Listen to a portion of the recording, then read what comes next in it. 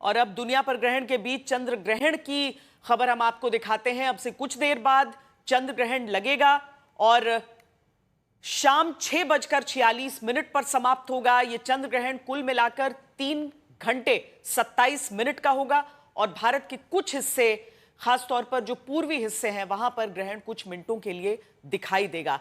चंद्र ग्रहण होली से ठीक पहले लगा है, लिहाजा इसको लेकर, इसके महत्व को लेकर, इसकी विशेषता को लेकर बहुत सवाल उठ रहे हैं।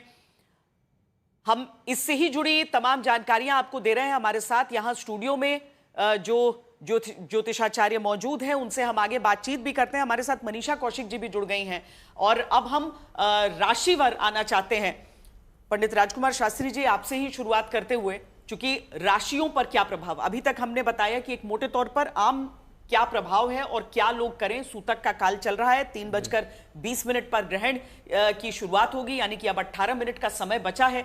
लेकिन अलग अलग राशियों के हिसाब से अगर हम ये समझ पाए कि सबसे ज्यादा किस पर असर, किस राशि पर असर। जी देखिए श्वेता जी, चूंकि ये सिंह राशि पर ग्रहण का प्रभाव है और पूर्वा फाल्गुनी जो नक्षत्र है, पूर्वा फाल्गुनी नक्षत्र में ही ग्रहण जो है, ये पूरा ग्रहण हो रहा है, तो ये खगोलीय घटना है। और इसके देखिए, मैं आपको बतलाऊं, जिस प्रकार पहले भी मैंने आपको बतलाया कि ये पूरा जो भगचक्र है यह 360 अंश का है और उसमें ही 12 राशियां 30-30 अंश की बनती हैं। अब ऐसी स्थिति में वह 12 की 12 राशियों पर अपना प्रभाव डालता है। लेकिन कहाँ पर प्रभाव डालता है, सबसे पहले तो आपको यह समझना होगा कि जिस राशि पर ग्रहण का प्रभाव होता है, सबसे अधिक, सर्वाधिक सिंह राशि के लिए हानिकारक रहेगा।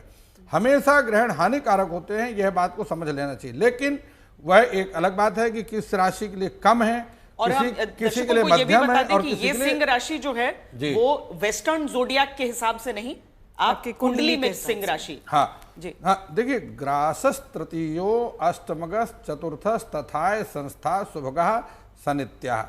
जिस राशि पर ग्रहण अपना प्रभावित करता है, ग्रहण को की घटना घटित होती है, वहां से हमेशा वह तीसरी राशि को प्रभावित करेगा और अष्टम 8वीं राशि को, और उसके बाद वह चतुर्थ राशि को और एकादश राशि, ये 4 राशियों के लिए हमेशा हानि का उत्तम रहता है, श्रेष्ठ रहता है। लेकिन त्रिकोण गे, अर्थात त्रिकोण का मतलब 5 और 9, इसके लिए मध्यम रहता है, शेष राशियों के लिए हानिकारक रहता है। तो सबसे अधिक हानिकारक है सिंह राशि के जातक जातिकाओं के लिए रहेगा। उसके उपरांत जिनका जन्म पूर्वा फाल्गुनी नक्षत्र में हुआ है, वह अपनी कुंडली को देखने से मालूम पड़ेगा कि किस व्यक्ति का जन्म पूर्वा फाल्गुनी नक्षत्र में हुआ है। एक जो टोटल हमारी जो ये ग्रह मंडल है, नक्षत्र मंडल है, वहां टोटल 27 नक्षत्र हैं और 27 नक्षत्र को लेकर के उन 27 नक्षत्रों में एक पूर्वा फाल्गुनी नाम का नक्षत्र है और इस नक्षत्र का स्वामी शुक्र है। ये देखिए, हमारे शास्त्रों में लिखा है कि अप्रत्यक्षाणि शास्त्राणि विवादस्तेषु केवलम प्रत्यक्षम ज्योतिषम शास्त्रम चंद्रार्कौ यत्र साक्षिणा।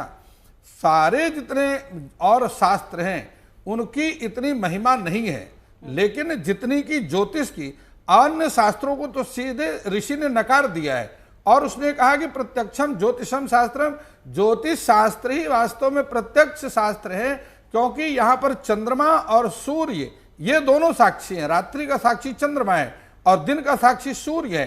तो ज्योतिष उसे मानता है जो आंखों से दिखाई पड़ता है। ज्योतिष का मतलब होता है कि आंखों से दिखाई पड़ता है, जो दिखाई नहीं पड़ता उसको ज्योतिष मानता नहीं। तो इसलिए सर्वाधिक जो हानिकारक रहेगा वह सिंह राशि के जातक के लिए रहेगा और जो पूर्वा फाल्गुनी नक्षत्र के जातक हैं उनके लिए हानिकारक रहेगा। और इनको बहुत सावधान रहने की आवश्यकता है। बाहर इनको नहीं निकलना चाहिए, अपने घर के खिड़की दरवाजों को बंद रखना चाहिए। संभव हो सके तो भगवान सूर्य, चूंकि इष्ट देव इनके सूर्य हैं, तो भगवान सूर्य की उपासना करनी चाहिए। आदित्य हृदय स्तोत्र का पाठ करना चाहिए। और जहां वो रहते हैं, सभी देशों का अलग अलग, देखिए ग्रीन विषय हम बात करते हैं, भूमध्य रेखा से यह 2 संपात बिंदु हैं, एक राहु है उत्तर और एक दक्षिण। उत्तर और दक्षिण 2 संपात बिंदु हैं। भूमध्य रेखा से 82 अंश उत्तर, 82 अंश दक्षिण। इसी प्रकार से रेखांश की हम बात करते हैं तो ग्रीनविच से लेकर के 82 अंश पूर्व में भारत स्थित है। तो 82 अंश पूर्व में जब भारत स्थित है तो वहां से चलता हुआ जब ग्रहण का गोचर आएगा तो वह लगभग सायंकाल हो जाएगा, क्योंकि दिल्ली की हम बात करते हैं, दिल्ली में जो चंद्रमा का उदय है वह 6:21 में होगा और जो चंद्रमा दिखाई पड़ने लग जाएगा, क्योंकि उदय होते ही एकदम दिखाई नहीं पड़ता है, उसमें समय लगता है, 10 मिनट 11 मिनट का समय लेता है। तो इसलिए जो चंद्रमान है वो 355 अंश का होता है और सूर्यमान 365 अंश का होता है। दोनों में 11 दिन का अंतर होता है। तो इसी प्रकार से चंद्रोदय में भी उदय होने के 11 मिनट के बाद दिखाई पड़ता है। तो दिल्ली में जो दिखाई पड़ेगा वह 6:32 में दिखाई पड़ेगा। ठीक है, राशियों पर ही अगर हम रहे, प्रवीण मिश्रा जी, क्या कहेंगे आप किस पर? जैसे पंडित जी ने बताया कि सिंह राशि के लिए अच्छा नहीं है, जी, बाकी क्या बाकी राशियां? जी, देखिए ये ग्रहण जो है सिंह राशि और पूर्व फाल्गुनी नक्षत्र में लग रहा है, लेकिन सभी 12 राशियों पर यह ग्रहण असर डालेगा। तो सबसे पहले बात कर लेते हैं मेष राशि पर। तो मेष राशि से 5वें घर में यह ग्रहण लग रहा है। तो मेष राशि वाले धन संबंधी फैसले बड़े सोच समझ करके लें। दुर्घटना से बचने की सलाह है। अगले दिन होली का पर्व मनाएंगे, आप रंग खेलेंगे, तो आगे आने वाले 15 दिनों तक मेष राशि वाले वाहन बड़े सावधानी से चलाएं, लंबी दूरी की यात्रा ना करें, तो आपके लिए अच्छा रहेगा। दूसरी राशि की बात करते हैं वृष राशि। वृष राशि से 4थे घर में यह ग्रहण लग रहा है। तो वृष राशि वाले अपने घर परिवार का ख्याल रखें, माता जी की सेहत का ख्याल रखें, प्रॉपर्टी से संबंधित जो डिसीजन है सोच समझ कर लें। सेहत के मामले में लापरवाही ना करें। होली का पर्व है, खान पान बिल्कुल ना बिगड़ने दें। और करियर से संबंधित समस्या हो सकती है, इसलिए करियर से संबंधित डिसीजन वृष राशि वाले बहुत सोच समझ कर लें। अगली राशि की बात करते हैं मिथुन राशि। मिथुन राशि से 3रे घर में यह ग्रहण लग रहा है। मिथुन राशि वालों के लिए अच्छे रिजल्ट लेकर आएगा। आपको करियर के क्षेत्र में यह ग्रहण सफलता दिलाएगा। धन लाभ के योग आपके लिए बनेंगे। अच्छा समय है, अपने पराक्रम को बढ़ाएं और लाभ प्राप्त करने के लिए कोशिशें तेज कर दें। अगली राशि की बात करते हैं कर्क राशि की। कर्क राशि के स्वामी स्वयं चंद्रमा होते हैं और चंद्रमा पर ही यह ग्रहण लग रहा है और कर्क राशि से 2रे घर में यह ग्रहण लग रहा है। कर्क राशि वाले अपने स्वास्थ्य का ख्याल रखें, खासकर मानसिक स्वास्थ्य का विशेष ख्याल रखें। नेगेटिविटी को बिल्कुल भी ना बढ़ने दें और पारिवारिक जीवन का ध्यान रखें। पारिवारिक जीवन में कैसे ध्यान रखना है? आपकी रिलेशनशिप आपके लाइफ पार्टनर के साथ, रिश्तेदारों के साथ, बच्चों के साथ गड़बड़ ना होने पाए, नेगेटिविटी ना बढ़ने पाए, इस बात का विशेष ख्याल कर्क राशि वालों को रखना चाहिए। अब उस राशि की बात कर लेते हैं जिस राशि में यह ग्रहण लग रहा है, सिंह राशि। सिंह राशि के स्वामी भगवान सूर्य है और सिंह राशि वालों को विशेष सलाह यह है कि आप अपने इन्वेस्टमेंट संबंधी फैसले, धन संबंधी फैसले बहुत सोच समझ कर करें। धन संबंधी नुकसान हो सकता है, धन की हानि हो सकती है और मानसिक स्थिति को अपने शांत रखेंगे। मन में किसी भी तरह की ऐसी नेगेटिविटी ना बढ़ने दें जिसका असर आपके डे टू डे लाइफ में पड़े, आपके कार्यक्षेत्र में पड़े। कन्या राशि की बात करते हैं। कन्या राशि से यह ग्रहण 12वें घर में लग रहा है। तो कन्या राशि वाले अपने करियर से संबंधित, देखिए करियर बड़ा महत्वपूर्ण होता है, तो करियर से संबंधित फैसले जल्दबाजी में ना करें और पारिवारिक जीवन में खासकर लाइफ पार्टनर के साथ कोई समस्या ना होने पाए, परेशानी ना होने पाए, उसका बहुत ध्यान रखें। पॉजिटिव एटीट्यूड के साथ कार्य करें। कन्या राशि बुध ग्रह की राशि है। बुध इस समय अस्त है, बुध इस समय ज्यादा पीड़ित अवस्था में है, इसलिए आप कोई महत्वपूर्ण डिसीजन जल्दबाजी में ना लें, सोच समझकर फैसला करने की आवश्यकता होगी। अगली राशि की बात करते हैं तुला राशि।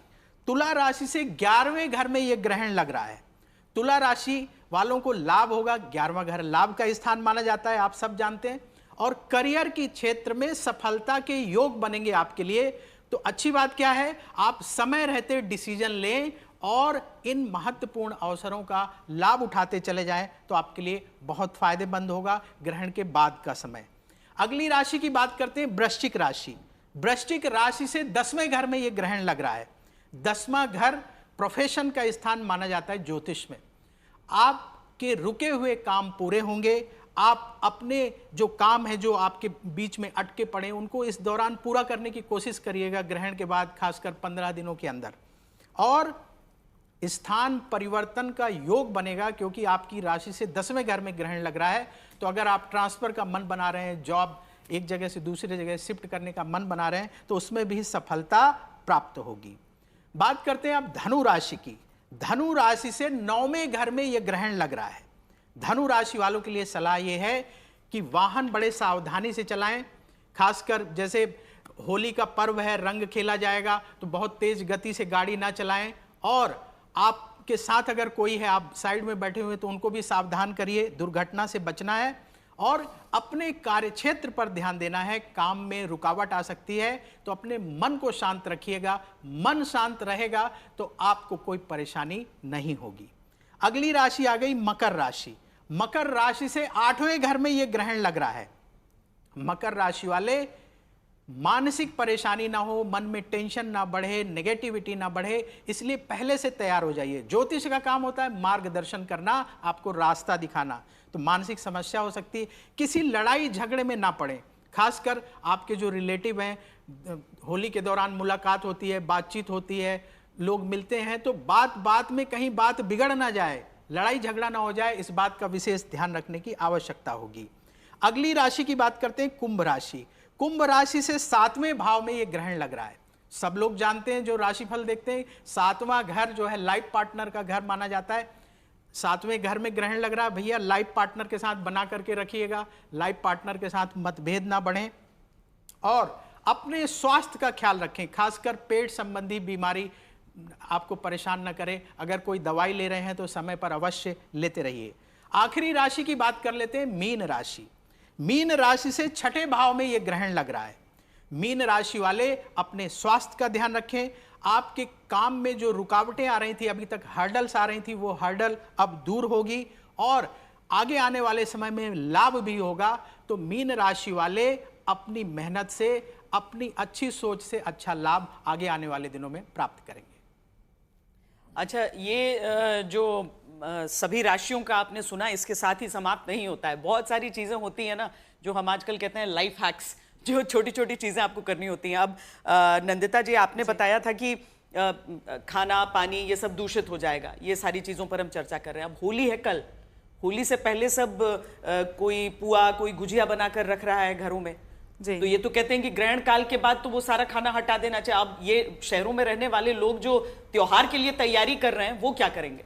देखिए, मैंने आपको बताया ना, जैसे कि ये तुलसी पात्र है, इसके अंदर अगर आप बॉटल को देखेंगे तो आप इसको पी सकते हैं। उसी तरह से घर के अंदर जैसे फ्रिज है, वहाँ पे कुशा घास या तुलसी पात्र रख दीजिए। गुजिया बनाइए, उसके ऊपर एक तुलसी का पत्ता या डंठल रख दीजिए। तुलसी में बहुत स्ट्रॉन्ग प्रॉपर्टीज़ होती है और नारायण की विशेष कृपा तुलसी जी में होती है। तो नारायण अगर कृपालु हैं तो फिर वैसे ही आपके लिए जीवन में, और वैसे भी हम कहते हैं कि ग्रहण काल में आप ओम नमो भगवते वासुदेवाय बोलें। तो आप जब वो चांट करते हैं, उस तरह की चीज़ें बोलते हैं, तो आप अपने अंदर वो सकारात्मक ऊर्जा को की वृद्धि करें। अब देखिए, ग्रहण जो है वो तो जो उसके नेगेटिव एस्पेक्ट है, लेकिन they are two sides of a coin. ऐसा नहीं होता कि हर चीज़ नेगेटिव होती है, पॉजिटिव भी होती है। और पॉजिटिव आप क्या कर सकते हैं? पॉजिटिव करने के लिए बहुत सारी चीज़ें हैं। आप जैसे आपके यंत्र है, आपके मंत्र हैं, आपकी मालाएं हैं, अगर आप जिस भी माला से आप जाप करते हैं उसको एक्टिवेट करने के लिए तो सबसे उत्तम समय होता है ग्रहण का। आप इस काल में बैठ करके आप नाम जप करिए, मंत्र जाप करिए, आपको बहुत पावरफुल तरीके से वो मंत्र सिद्ध हो जाएगा। कोई यंत्र है जिसको आपने एक्टिवेट करना है, या कोई भी ग्रह आपका खराब है, उस ग्रह का आप शांति मंत्र पढ़िए। जैसे शनि अगर आपका खराब है, ढैया से गुजर रहे हैं, वैसे ही जैसे सिंह राशि में ग्रहण पड़ रहा है और सिंह राशि की ढैया चल रही है शनि की, तो आपने तो सबसे उत्तम है कि आपने या तो महामृत्युंजय मंत्र का जाप करना चाहिए, है ना, या फिर आपने शनि का शांति मंत्र ओम प्राम प्रीम प्रम सह शनिश्चराय नमः, इस मंत्र का लगातार आप जाप करते रहेंगे। आप देखेंगे आपके सारे विघ्न वैसे ही हट जाएंगे। तो उसकी पॉजिटिव जो चीज़ें हैं उसको आप इम्बाइब करिए। क्रिस्टल्स आप एनर्जाइज कर सकते हैं इस समय, आप पूजा पाठ हवन कर सकते हैं इस समय, वो भी बहुत अच्छा होता है। तो बहुत सारी सकारात्मक चीज़ें हैं। खाना वगैरह आपने बनाया है, कोई बात नहीं, उसके लिए आप परेशान मत होइए। कुशा घास आती है है या फिर तुलसी पात्र होता है, ये दोनों, अगर ये दोनों भी नहीं मिल पा रहे हैं तो आप लौंग रख दीजिए। लौंग के अंदर भी बहुत स्ट्रांग प्रॉपर्टीज़ होती है, सबके घर में अमूमन लौंग मिल जाती है, और लौंग जो फूल वाली लौंग होती है उसको आप खाने के ऊपर रख दीजिए जितने भी समय में खाना है। ग्रहण के बाद आप उसमें थोड़ा सा धूप दीप दिखा देंगे तो वैसे ही नेगेटिव होता क्या है कि ग्रहण जो होता है ना, उसमें जो नेगेटिव ऊर्जा होती है उसको आपने हटाना है, तो उसको हटाने के लिए आप उसके ऊपर सकारात्मक ऊर्जाओं का डोज डाल देंगे तो ऑटोमेटिकली वो ऊर्जाएं समाप्त हो जाएंगी, बेटर चेंजेस आ जाएंगे, बेटर रिजल्ट्स आ जाएंगे। सो नॉट टू वरी, बहुत सारे अच्छी चीज़ें आप कर सकते हैं। इस बीच रुद्राक्ष पहन सकते हैं, रुद्राक्ष का धारण कर सकते हैं। भोलेनाथ की तो विशेष कृपा इस समय रहती है। राहु केतु अगर आपके खराब है इस समय, राहु केतु का शांति मंत्र का जाप करें, सप्तानाचल लेके रखें, उसको ग्रहण के पश्चात दान कर दें। ये बहुत छोटी छोटी सी चीज़ें हैं जो आप अपने घर पे कर सकते हैं, और चिंता करने की बात नहीं। होली है, होली के पर्व के लिए पूरी तैयारी करिए, बहुत अच्छे से आपका पर्व मनेगा। कल की एनर्जीज अच्छी हैं, आज थोड़ा सा ग्रहण की वजह से स्थितियाँ कठिन हो रही हैं, लेकिन आने वाले समय में आपके लिए अच्छी स्थितियाँ बनती जाएंगी। मनीषा जी, आप ऐड करना चाह रही हैं इसमें कुछ? जी जी, मैं ये कहना चाह रही थी कि ईश्वर की कोई भी रचना है ना, वो हमें ज़िंदगी में कुछ ना कुछ सिखाने के लिए है। तो ग्रहण भी हमें बहुत सारी हमारे लाइफ लेसन्स देता है, उन पर मैं चाहती हूँ कि हम जो है वो फोकस करें। सबसे पहले ग्रहण का मतलब क्या है कि जब दो के बीच कोई तीसरा आ जाए तो ग्रहण लग जाता है। अब वो ग्रहण सूर्य को हो, चंद्रमा का हो या रिश्तों का हो। तो सबसे पहले लेसन यही है कि कभी भी एक रिलेशनशिप में किसी तीसरे का इंटरफेरेंस जो है वो नहीं होना चाहिए। दूसरी शिक्षा जो हमें ग्रहण से मिलती है वो ये कि आज हम सूर्य और चंद्रमा को पीड़ित देख रहे हैं क्योंकि ग्रहण लगा है। वहीं हम करवा चौथ पर या हम आगे आने वाले त्योहारों पर हम इसी चंद्रमा का बेसब्री से इंतजार करते हैं, और आज हम कह रहे हैं कि थोड़ा ध्यान से चलिएगा, देखना अवॉइड कीजिएगा, एट्सेट्रा एट्सेट्रा। यानी कि रिश्तों में भी इसी तरीके से कि कई बार होता है कि हम जो है वो किसी को देखने का भी मन नहीं करता, और उसी समय जब स्थितियाँ अच्छी होती हैं तो हम उसी शख्स का अपनी ज़िंदगी में इंतज़ार करते हैं। तीसरा इंपॉर्टेंट लाइफ लेसन जो हमें ग्रहण सिखाते हैं वो ये कि कोई भी चीज़ परमानेंट नहीं है। आज जो है वो ग्रहण लगा है, कल फिर जो है वो चंद्रमा और सूर्य जैसे सूर्य ग्रहण लगे या चंद्र ग्रहण लगे, वो वापस अपनी जगह पर वापस उसी शाइन के साथ जिंदगी में जो है वो हमें नजर आते हैं। चौथा और सबसे इम्पॉर्टेंट चीज़, हम जब भी ग्रहण आता है तो एज एस्ट्रोलॉजर्स हम कहते हैं कि मेडिटेट कीजिए, क्योंकि मेडिटेशन से this is the time when you have self introspection, आप अपने आप के साथ जो है वो समा बिताते हैं। ईश्वर ने बड़ी खूबसूरत जो है वो रचना की है कि हमें आंखें दी ताकि हम दुनिया देख सकें, लेकिन खूबसूरत बात देखिए कि वो खुद दिखते बंद आंखों से ही हैं। तो इस वक्त आप जितना जाप कर रहे हैं, जैसे नंदिता जी बता रही थी कि आप जितना मानसिक जाप करें, आप जितना अपने आप को ईश्वर से कनेक्ट करते हैं, आपको उतना ही ज़्यादा इस समय फ़ायदा मिलता है। बहुत बार ग्रहण को लेके हमारे मन में ना डर डिफरेंट तरीके के जो है वो हो रहे होते हैं कि क्योंकि जियोपॉलिटिकल सिचुएशंस ऐसी चल रही हैं, हमारी अपनी ज़िंदगी में स्थितियाँ जो हैं वो ऊपर नीचे चल रही होती हैं। तो this is the best time कि जब आप अपनी परेशानियों को महादेव को सरेंडर कर दीजिए। और सबसे बेस्ट तरीका है कि जब आपने, क्योंकि महादेव ने तो चंद्रमा को अपने जो है वो मस्तिष्क पे बिठा रखा है, तो जब भी टेंशन हो ना, जो मैं कह रही हूँ उसे समझने की कोशिश कीजिए, महादेव से कहकर देखिए, आपकी ज़िंदगी आसान हो जाएगी। नंदी बनाकर रखिए या फिर अपने आसन का बाग बनाकर रखिए, त्रिशूल बनाकर रखिए या फिर गले का नाग बनाकर रखिए। रहना तो मुझे आप ही के पास है महादेव, मर्जी आपकी। शिखर का चांद बनाकर रखिए या चांद का दाग बनाकर रखिए। वाह, बहुत खूब। चंद्र ग्रहण जो कि होली से एक दिन पहले पड़ रहा है और जिसकी शुरुआत हो चुकी है, अब 10 मिनट पहले ये चंद्र ग्रहण लगा है और उस पर ही हम चर्चा यहाँ पर कर रहे हैं। हमारे साथ आचार्य शैलेश तिवारी भी जुड़े हुए हैं। आपसे जानना चाहेंगे आचार्य जी कि क्या होली के पहले, होली से ठीक एक दिन पहले ग्रहण का मायने है, और उसके साथ ही क्या कल भी कोई कुप्रभाव की बात हो रही है क्या? धन्यवाद श्वेता जी। 500 वर्ष के बाद होली के एक दिन ठीक पहले यह चंद्र ग्रहण लग रहा है, और पूर्वा फाल्गुनी नक्षत्र में सिंह राशि में लगने वाला यह चंद्र ग्रहण विशेष रूप से भारत में इसका दृश्यमान जो समय है, जो दिखने वाला समय 6:32 से शुरू होगा और 6:47 तक रहेगा, यानी 15 मिनट तक का यह काल रहेगा। लेकिन यह ग्रहण काल 3:20 से शुरू हो चुका है, और विशेष रूप से यह मालव योग बना रहा है, यानी कि मीन राशि में शुक्र का आना, और साथ ही साथ अंगारक योग में यह ग्रहण चल रहा है। यानी हम कह सकते हैं कि कुंभ राशि में राहु का मंगल के साथ होना और सूर्य बुध का एक साथ होना यह अंगारक योग दे रहा है। और साथ ही साथ 2 अप्रैल से जो द्वंद्व योग शुरू होगा, इसमें शनि और मंगल मीन राशि में आएंगे। यह अच्छा योग नहीं है और यह 11 मई तक रहेगा। यह निश्चित तौर पर पूरी दुनिया के लिए अंगारक योग और द्वंद्व योग जो है यह युद्ध की स्थिति बनाएगा। लेकिन चूंकि यह ग्रहण भारत में बहुत कम समय के लिए है, इसलिए भारत इस युद्ध से बाहर रहेगा। यानी डरने की कोई बात नहीं है, भारतवर्ष में यह महायुद्ध नहीं होगा। लेकिन अंगारक युग होने के कारण यह जो ग्रहण काल का समय है, यह पूरी दुनिया में बड़ा युद्ध का इशारा करता है, यानी युद्ध और भी भयावह होगा।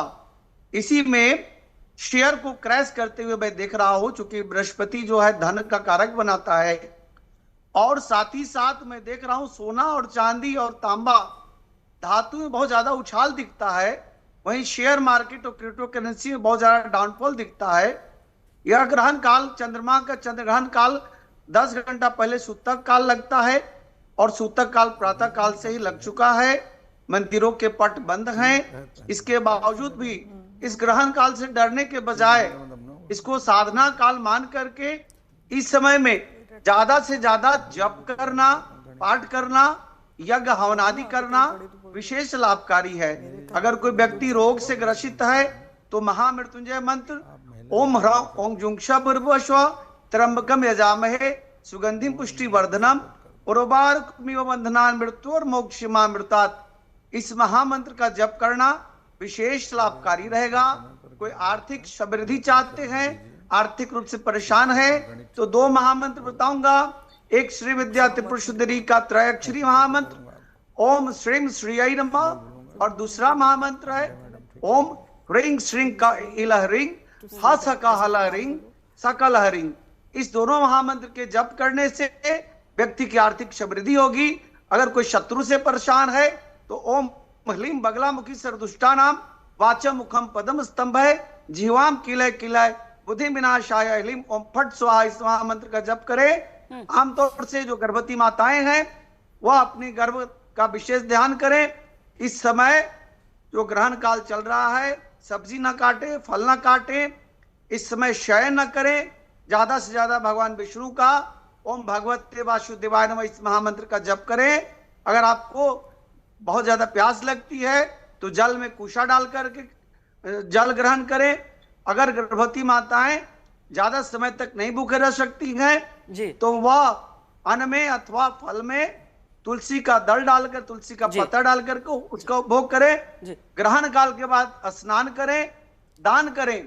और यह ग्रहण काल में विशेष रूप से बना हुआ खाना बासी हो जाता है, उसमें विशेष रूप से वायरस आ जाता है, बैक्टीरिया आ जाता है, इसलिए नकारात्मक चीजें आ जाती है, इसलिए उस भोजन का त्याग करना जरूरी है। ठीक है, इस ग्रहण काल में स्वामी विराट विवेक भी हमारे साथ जुड़े हैं। स्वामी जी, ये समझाइए कि आपके अनुसार जो ये ग्रहण काल चल रहा है इसमें क्या करें, और होली के त्योहार को लेकर ही सबके मन में प्रश्न उठ रहे हैं कि क्या कल के लिए भी कुछ ऐसी चीजें हैं जिसका ध्यान रखना है।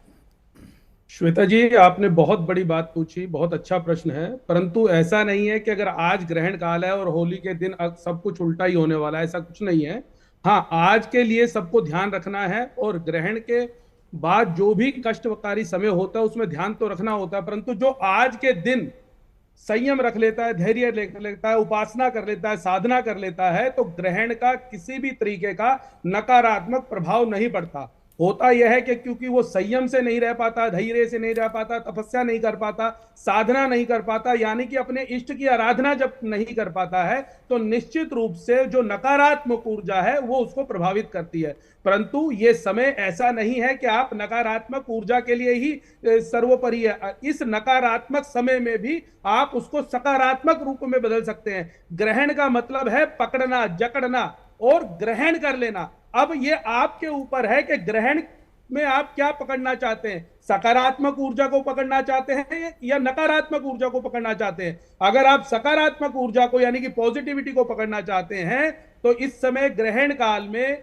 जैसा कि जो भी समय बताया गया है सभी विद्वानों ने बताया, और सभी ने बहुत अच्छी अच्छी बातें बताई है। जो ग्रहण काल का ये समय चल रहा है, इस समय पे आप अपने शहर के अनुसार, प्रदेश के अनुसार अगर उस पर्टिकुलर टाइम पीरियड में अपने इष्ट की आराधना करते हैं या किसी देवी देवता की आराधना करते हैं, जैसा कि शैलेश जी ने भी बताया कि आप किसी भी मंत्र का जप कर सकते हैं, तो परंतु किस मंत्र का जप करना चाहिए? जब हम लोग गुरुकुल में रहते थे तो गुरुकुल में हमारे गुरुजी कहा करते थे, जो भी आपको याद है उसी का आपको स्मरण करना है, उसी की मंत्र जप करना है, आपको गायत्री की उपासना करनी है। ऐसा नहीं है कि आप अपनी पुस्तक खोल के बैठ जाएं, ऐसा नहीं है कि आप अग्नि के आगे हवन करने बैठ जाएं। तो इस समय पे जो भी कंठस्थ है या जो भी देवी देवता का आपको मंत्र याद है उसकी उपासना करनी चाहिए। अगर किसी भी प्रकार के धन से संबंधित अगर समस्या है तो धन से संबंधित आप वैदिक मंत्र का जप कर सकते हैं। ओम श्रीश्चते लक्ष्मीश्चपत्न्या वाहो रात्रे पार्श्वे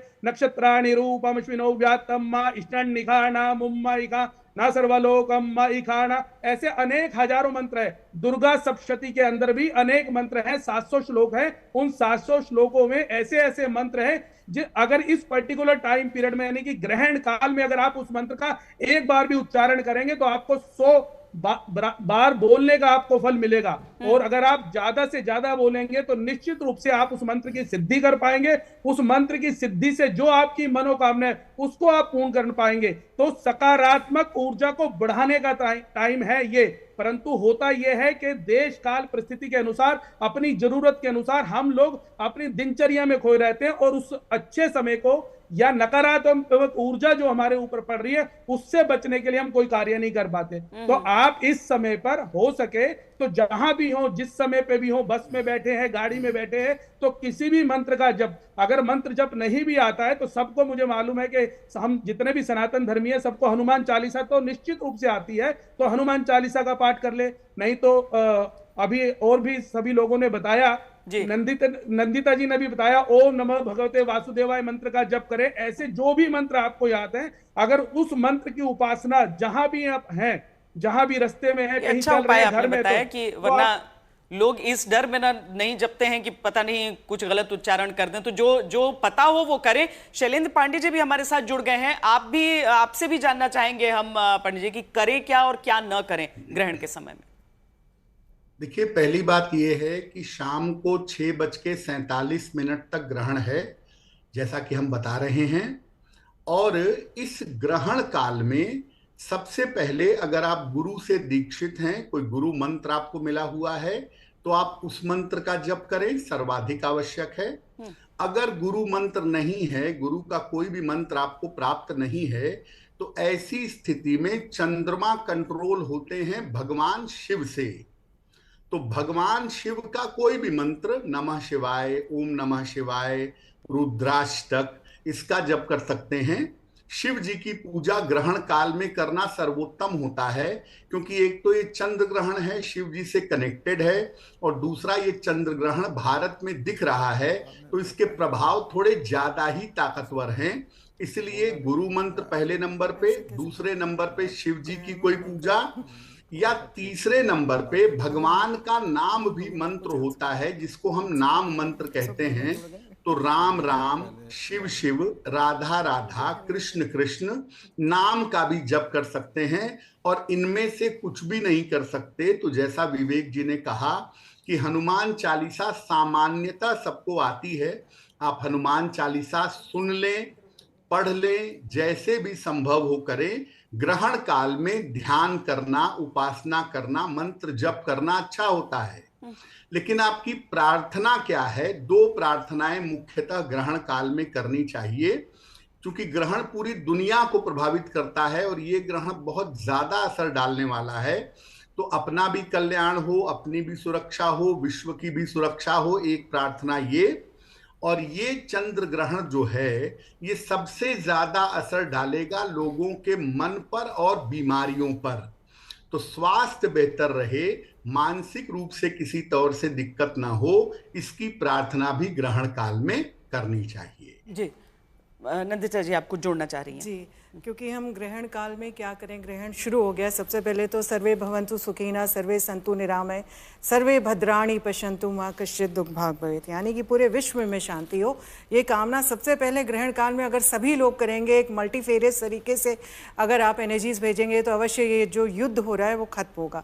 लेकिन ग्रहण काल में जैसे बात हो रही है मंत्रों की या किसकी, तो सबसे पहले देखा जाता है कि ग्रहण में, एक तो मैं थोड़ा करेक्शंस डालना चाहूँगी कि ग्रहण चंद्र ग्रहण है तो उसका सूतक काल 9 घंटे का होता है, तो वो 9 घंटे पहले चलता है। खैर अभी तो ग्रहण शुरू हो गया। अब ये है पूर्वा फागुनी नक्षत्र में ये ग्रहण पड़ रहा है। अब पूर्वा फागुनी नक्षत्र के जो स्वामी होते हैं, जो डाइटी होती है, वो वहाँ पे उनका जो एनिमल सिंबल होता है वो होता है चूहा। चूहा किसके वाहन है? गणपति के। इस समय ओम गण गणपते नमः का अगर आप जाप करते हैं तो आपको बहुत उत्तम फल मिलेगा। आपके सारे विघ्न हटते हैं, आपके सारे विघ्न हटते जाएंगे। दूसरी चीज़ जो है, ये जो सिंबल है, ये सिंबल दिखाता है एक चारपाई का, एक बेड का, पूर्वा फागुनी। यानी कि आप अपने घर पे अपने बेडशीट्स वगैरह ठीक करिए, अपने घर के बिस्तर को क्लीन करिए। ये एक ग्रहण के समय अगर आप ये सारी चीज़ें करते हैं, आप वो सकारात्मक एनर्जी की तरफ आगे बढ़ते जा रहे हैं, जहाँ पे आप उस ग्रहण का सकारात्मक प्रभाव प्राप्त करेंगे, ना कि नकारात्मक प्रभाव प्राप्त करेंगे। उसी तरह से बोला जाता है कि पूर्णिमा की तिथि को पूर्वा फागुनी नक्षत्र जब था, तब माँ लक्ष्मी जी का प्राकट्य हुआ था।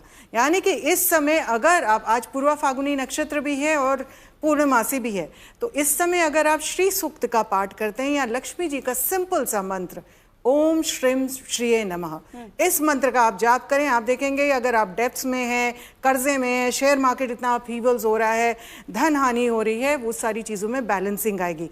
पूर्वा फागुनी नक्षत्र शुक्र का नक्षत्र होता है। शुक्र किसका कारक होता है? प्रोस्पेरिटी का कारक होता है, लक्ष्मी का कारक होता है, महिलाओं का कारक होता है। इस समय ग्रहण उन पे पड़ रहा है। इसीलिए आप देखेंगे कि जो ईरान में ऐसा हुआ, 160 बच्चियों की जो मृत्यु हुई है, वो अच्छा संकेत नहीं है। इस समय महिलाओं को विशेषकर बहुत खास तौर पर नारायण की शरण में जाना चाहिए या गणपति की शरण में जाना चाहिए। आप जितना गणपति की आराधना करेंगे उतना अच्छा रहेगा। आप जहाँ भी हो, ऑफिस में हो, घर पे हो, ओम गण गणपते नमः, और साथ ही साथ अथर्व शीर्ष स्रोत का अगर आप पाठ, आप अगर गाड़ी में हैं उसको लगा लीजिए, यूट्यूब में लगा लीजिए या किसी भी घर पे लगा लीजिए। आप देखेंगे कि वो जीवन में आपके जो भी संघर्ष हैं, जो भी परेशानियां, मानसिक परेशानियां, उन सारी चीज़ों से हटेगा। सूर्य का कारक भी ये ग्रह है और सूर्य का कारक शिव जी होते हैं। शिवलिंग के ऊपर, क्योंकि पूर्वा फागुनी नक्षत्र का डायरेक्ट कनेक्ट शिवलिंग से होता है। लिंगाष्टकम का, रुद्राष्टकम का आप पाठ करिए, वो भी नहीं हो सकता तो सिंपल ओम नमः शिवाय का जाप करिए। नमः शिवाय, ओम नमः शिवाय, किसी भी चीज़ में जिसमें आप कनेक्ट कर सकें। आपके घर पे अगर शिवलिंग है, उस समय शिवलिंग को जल अवश्य दीजिए। आप देखेंगे जैसे जैसे वो शांति, तृप्ति होती जाएगी भोलेनाथ की, वैसे वैसे आपके जीवन में भी वो तृप्ति आनी शुरू हो जाएगी।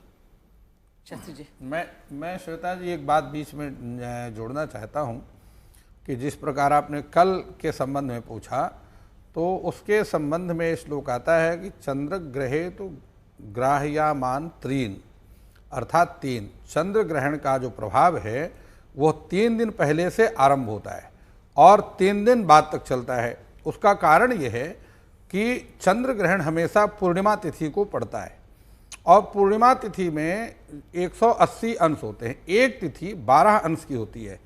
तो जब वहाँ पर जब सूर्य और चंद्रमा में 6 राशि का अंतर होता है, उस समय सूर्य की डायरेक्ट दृष्टि, यदि आज का आप पंचांग देखें तो सूर्य के साथ में राहु का गोचर चल रहा है और चंद्रमा के साथ में केतु का, लेकिन वो सूर्य ग्रहण होगा नहीं। उसका कारण यह है कि ग्रहण तभी लगेगा जब वह स्पष्ट में 10 अंश से कम का गोचर हो जाएगा। तो स्वाभाविक रूप से चतुर्दशी को चंद्रमा कमजोर हो जाता है और प्रतिपदा तिथि तक कमजोर रहता है। तो इसलिए 3 दिन पहले से ही वह अपना प्रभाव देना शुरू हो जाता है। इसलिए चंद्र ग्रहण से 3 दिन पहले सभी शुभ कार्य बंद हो जाते हैं और 3 दिन आगे बाद तक भी सभी शुभ कार्य वर्जित रहते हैं। अब पहली बात तो यह है। दूसरी बात यह है कि चंद्र ग्रहे स्पर्शने स्नानम मध्य होमः सुरार्चनम और श्राद्धम चा मुच्यमाने दानम स्नान मिति क्रमात्। ग्रहण स्पर्श काले स्नानम, ग्रहण का जब स्पर्श हो तो सबसे पहले स्नान करना चाहिए। ग्रहण स्पर्श काले स्नानम मध्य होमः सुरार्चनम, मध्य में देवताओं की अर्चना अर्थात वंदन मंत्रों का अनुष्ठान करना चाहिए। अब किस मंत्र का अनुष्ठान करना चाहिए? तो हमारे पंचांग में तिथि वार नक्षत्रम चा योगम करणम में विचार, तिथि वार नक्षत्र योग और करण। तो देखिए, जो आपकी कुंडली में ग्रह अनुकूल चल रहा है, उस जो आपकी कुंडली में दशा चल रही है, उस ग्रह की दशा के मंत्र का जाप करिए, क्योंकि मंत्र जाप करने से ग्रह दशा, हमेशा इस बात को याद रखिए कि हमारे जीवन में जिस ग्रह की दशा चल रही होती है उसी का विशेष रूप से फल प्राप्त होता है। और उसके साथ उस मंत्र का जाप करिए, जो आपके इष्ट देवता है उस मंत्र का जाप करिए। और सबसे बड़ी बात यह है कि जिस तिथि में ग्रहण लग रहा है, हमारी जो 16 तिथियां हैं, उन 16 तिथियों के अलग अलग देवता होते हैं। प्रतिपदा के देवता ब्रह्मा जी हैं, चतुर्थी के भगवान गणपति हैं, पंचमी के नाग देवता है, सप्तमी के भगवान सूर्य हैं, अष्टमी की भगवती दुर्गा हैं। तो इस प्रकार से पूर्णमासी के देवता भगवान सत्यनारायण हैं, अमावस्या के देवता पितृ देवता हैं। तो जिस तिथि में ग्रहण लग रहा है उस मंत्र का जाप करिए। तो पूर्णमासी के देवता कौन है? भगवान सत्यनारायण। तो भगवान सत्यनारायण के मंत्र का चंद्र ग्रहण में हमेशा भगवान सत्यनारायण के देवता का मंत्र का जाप करना चाहिए। और अमावस्या में ग्रहण सूर्य ग्रहण लगे तो हमेशा पितृ मंत्रों का, पितृ देवताओं के जो मंत्र हैं उनका अनुष्ठान करने से मनोवांछित फल की प्राप्ति होती है। मैं इतनी बातें आपके कार्यक्रम में जोड़ना चाह रहा था। जी प्रवीण मिश्रा जी, चूंकि होलिका दहन भी मतलब अपनी याद में नहीं याद आता कि कब होली से एक दिन पहले नहीं बल्कि एक दिन छोड़कर पहले उसको होलिका दहन का को संपन्न किया गया। हालांकि कई जगहों पर आज भी कर रहे हैं लोग होलिका दहन। जी जी, ये बड़ा महत्वपूर्ण आपने सवाल पूछा। मुझे तो नहीं लगता कि याद हो, जब से मैंने होश संभाला, कि ऐसे बीच में गैप आए कि एक दिन पहले होलिका दहन हो जाए, संबत जल जाए, फिर उसके बाद एक दिन गैप हो और फिर अगले दिन हम रंग खेलें। ये बड़ा महत्वपूर्ण पर्व है। अब हमारे साथ रंग खेलने वाला दिन है। इस ग्रहण का सबसे ज्यादा प्रभाव अगले दिन होगा जिस दिन रंग खेला जाएगा। इसलिए रंग खेलते समय सभी लोगों को बड़ी सावधानी बरतनी चाहिए। आपकी जिससे जितनी अच्छी दोस्ती है उसी को रंग लगाइएगा, और उतना ही लगाइएगा जितनी लिमिट तक दोस्ती हो, क्योंकि ग्रहण के प्रभाव की वजह से आपका मन कैसा है, सामने वाले का मन कैसा है, क्योंकि ग्रहण नेगेटिविटी को बढ़ाता है। लोगों के मन में ऐसे भाव जगा सकता है कि कहीं आपका मतभेद बढ़ जाए, लड़ाई झगड़ा हो जाए। इसलिए होली बड़ी सावधानी से खेलें, वाहन बड़ी सावधानी से चलाएं, और जिनका स्वास्थ्य गड़बड़ रहता है अपने खान पान का विशेष ध्यान रखेंगे तो आपके लिए अच्छा रहेगा। और जैसा कि हमारे विद्वानों ने बताया कि आप मंत्र जाप कर लीजिए। अभी ग्रहण काल चल रहा है, सबसे सरल मंत्र है। अगर आप शिव भक्त हैं तो ओम नमः शिवाय मंत्र का जाप करिए। अगर आप भगवान विष्णु के भक्त हैं तो ओम नमो भगवते वासुदेवाय, बहुत ही पावरफुल मंत्र है, इस मंत्र का जाप कर लीजिए। अगर आपने गुरु मंत्र ले रखा है तो अपने गुरु मंत्र का जाप करिए। अगर आप किसी नाम का जाप करते हैं, राधा जी के नाम का जाप करते हैं, राम जी के नाम का जाप करते हैं, तो उसका जाप करिए। आपका मंत्र कई गुना बढ़ करके फल आगे आने वाले दिनों में आपको प्रदान करेगा। श्वेता जी, एक लाइन में जोड़ना चाह रहा हूं, क्षमा कीजिए बीच में। जिस प्रकार मेरे अनुज मिश्रा जी ने बताया रंग की बात, मैं यहाँ पर एक बात जोड़ना चाह रहा हूँ कि हमारे ज्योतिष शास्त्र में या धर्म शास्त्र में होली के बाद रंग खेलने का कोई विधान नहीं है। यह स्पष्ट कर दूं, उसके होलिका दहन के दूसरे दिन जो पर्व मनाया जाता है उसको कहते हैं धूली वंदन। धूली वंदन का मतलब है जो होलिका दहन में वो राख बची हुई है उस राख को ला करके एक दूसरे पर लेपन करना चाहिए। वह राख जो होती है वो एंटी बैक्टीरिया होती है। ऐसा करने से शरीर के सभी चर्म रोग समाप्त हो जाते हैं।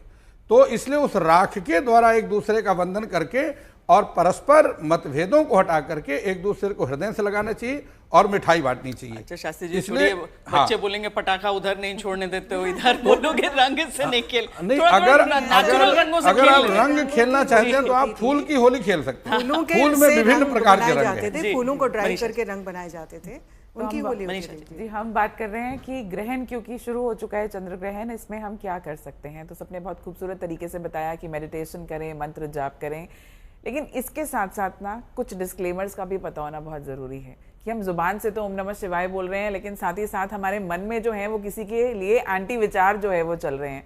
अगर हम किसी के लिए बुरा सोच रहे हैं, हम उस टाइम गुस्से में आ रहे हैं, एंग्जाइटी हमारे अंदर चल रही है, तो फिर इन मंत्रों को शायद जो है वो फलित होने में समय लगेगा।